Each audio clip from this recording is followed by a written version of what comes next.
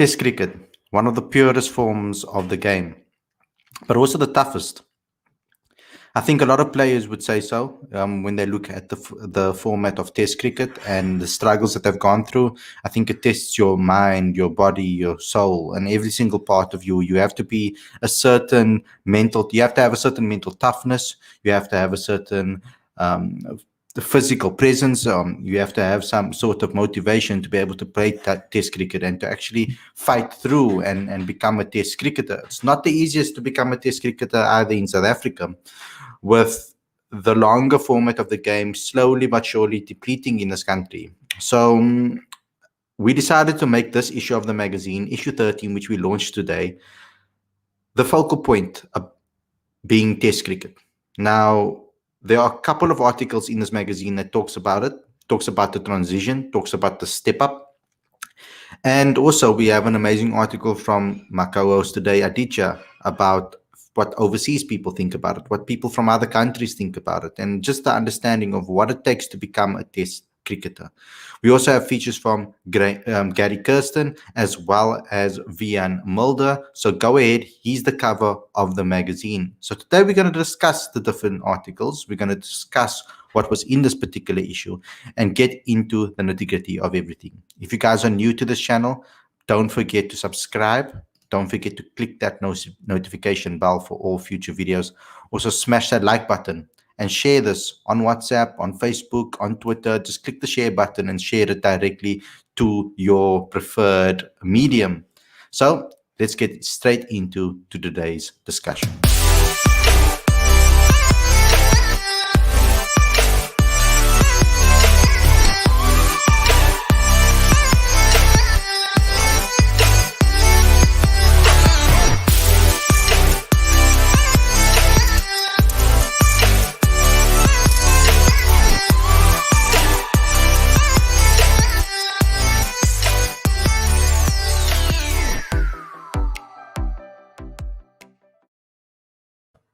Hey guys, welcome to Cricket Fanatics Magazine, and this is your magazine daily show. I'm your host Khalid. This is my co-host Aditya, and this is the show where we talk about everything that has to do with the latest issue of South Africa. I was going to say the latest episode between about the latest match between Ireland and South Africa, but that's behind us. This is about the issue 13 of Cricket Fanatics Magazine. This is the cover. It's all about Vian Mulder. We put in Vian Mulder on the front cover. But it's not all about that, because we chose Vian Mulder as the main particular front cover guy for this particular issue because of his journey and in his career. Vian has basically seen the levels of school cricket, domestic cricket, and international cricket the quickest than anybody else that is currently in the setup.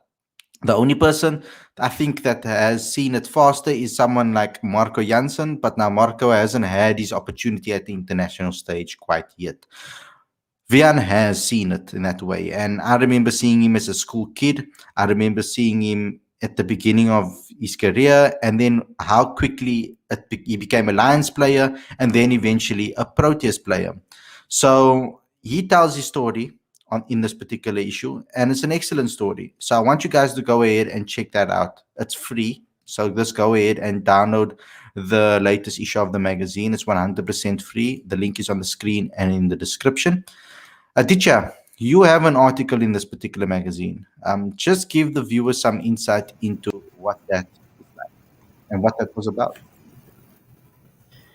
Right. So first off, I want to commend everyone who's contributed to the magazine, a bunch of great articles, and I think all our viewers should definitely check it out. My perspective on this was slightly different. I wanted to approach it from a different angle because I think a lot of the conversation about Test cricket and the development of Test players tends to revolve around the domestic structure or technical deficiencies or the proliferation of leagues, but I wanted to go a bit deeper, and that's why I analyzed the issue using 4 perspectives, which is the presence of role models, in that young children should have access to the sporting heroes so that they can get inspired to perform those same feats. Then my second one was cricketing culture in the early years, because every in South Africa, every province, every cricket club will have a different culture in how they play their cricket and how they want their cricketers to play their cricket. So respecting the individuality of each player and then grooming that player to become a successful test player is important.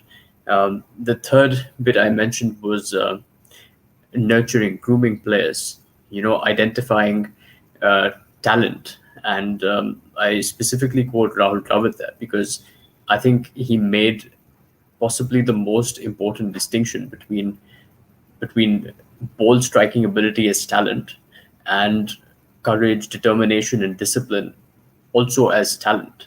And the fact that both of these have to be sort of balanced in order to make a successful cricketer. And finally, I talked about the infrastructure, and I wanted to go into a little bit of detail because there's obviously a disparity in how domestic structures of different countries work, and I wanted to give a deeper insight into how the Indian structure works. And it's quite elaborate, and it has shown a pathway for success for the Indian team. Yeah, it's an excellent article, guys, and I think you must have a read. Whether you're from South Africa, whether you're from anywhere around the world, it will give you excellent insight. Another article that I think needs to be spoken about as well is the one on Gary Kirsten. Now, Mark did that particular article, and he spoke about specifically opening the batting and opening partnerships and the thought process behind that. So please go ahead and check that one out. It was excellent from that perspective. And I think also from what I covered a more of a the domestic scene and that step up, because South Africa is in a difficult, delicate stage at the moment where the restructure has seen a lot of people lose their contracts. Now, the longest format is very important, and with only the 15 teams, so from Division A and Division B, playing 4-day cricket, there are going to be a lot of lost contracts, and those guys are going to have to filter back into club cricket. But if club cricket doesn't keep or hold on to the 2-day system or the 2-day cricket games, it's going to be a detriment to South African cricket, because then now these players are not going to be able to play red ball cricket. School cricketers also are not going to get exposed to the 2-day format. Now, I can understand behind their mindset why they want to drop it, because club cricket in South Africa is largely played by people that have regular jobs. So it's very difficult to let a person that has a full-time job commit to a weekly schedule of 2-day cricket every single week, giving up both their weekends to play cricket if that's not a serious thing for them, if they don't see it as professional. But then, if there are so many contracts lost, that means that there are more previously semi-pro players that were semi-pro players previously that are dropping down, and cricket's their life.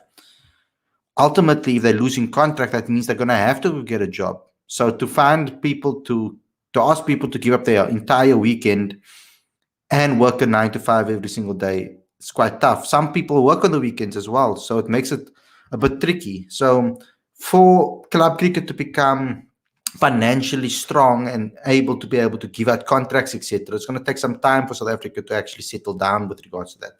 There has been talks, and Rian Mulder mentioned it in his particular interview and his article, that there's could be a return of that Cubs week, or not Cubs week, Colts week, Colts week under 23 tournament. Now, that was something that happened quite a long time ago, where players played in an under 23 tournament, and that might come back again. We might see a league where these school kids get to play, because at school level they don't play enough red ball cricket. The focus is on white ball cricket. So we also speak about that, and we have Ryan Rickleton, Senatemba Klashile, and Zubair Hamza giving their stories and explaining how important it was for them, that transition, and how they got to that stage. Because Ryan was someone that was seen as a white ball cricketer. Zubair Hamza was always seen as a longer format cricketer, and Sinitebe Qashile, even though he was seen as a longer format cricketer and succeeded at Khaimah Jolawik in the longer format, his debut for South Africa came in T20s, which was quite a shock to some of his followers that have been following for a long time. So there's a lot of insight in here, as well as a Q&A from Claire de Blanche, the Western Province women's coach. She also played a test match for South Africa, which is will give you excellent insight from a woman's perspective and test cricket and what is needed from that perspective, and a little bit of fun Q&A as well to get to know her better as well. A bio obviously contributing, and Offside Maidens obviously contributing. So Tara, Lisha, Emily, and the twins put on an excellent show in the magazine about test cricket and why test cricket matters to the public and to the world. Excellent episode on that. Aditya, why do you think people need to read this magazine? What is your perspective on that? For a multitude of reasons. That Test cricket has evolved, international cricket has evolved, and with the expertise that we've got in this magazine with Wayne Mulder and Gary Kirsten, we have first-hand evidence of where South African cricket is at and what they believe is important for cricketers to develop into successful test players. So, Gary Kirsten, for example, he said that it's important that even though the school cricket system is that base that produces great players, there is a need to broaden that base and make sure that the South African pipeline has more players competing to play test cricket. So, that sort of insight is priceless, and you can only get it from someone who's played over 100 test matches. So, every single individual who's passionate about cricket should read this, because the material in there is just unbelievable and just keeps getting better every single month. And you can only get it in Cricket Fanatics magazine, guys. So please go download it. It's 100% free. All the back issues are free. Guys, you have enough content to binge for a couple of months if you download all of these issues and you get stuck in. So go ahead and read these issues. I think all of the issues dating back to the first issue, and they all give you some sort of theme that will educate you, entertain you, and also create some sort of insight into something that you wouldn't find out before. You wouldn't find out any other way.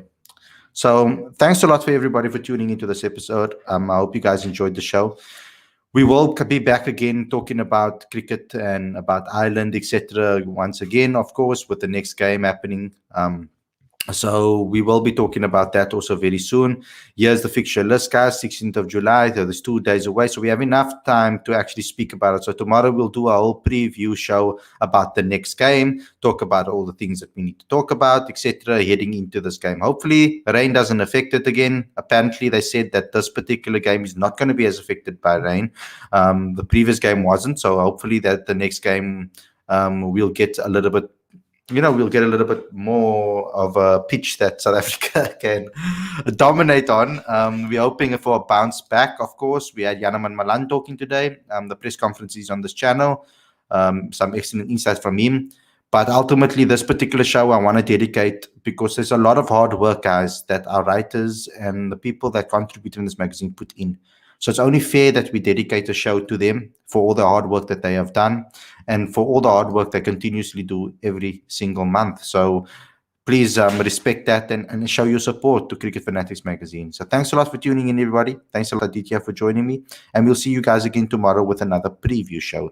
Take care, everybody, and enjoy the weekend. And go Boka Boka for tonight with the SA A side, which basically looks like a box side. So thanks a lot for tuning in. We'll see you guys again tomorrow. Cheers, everybody.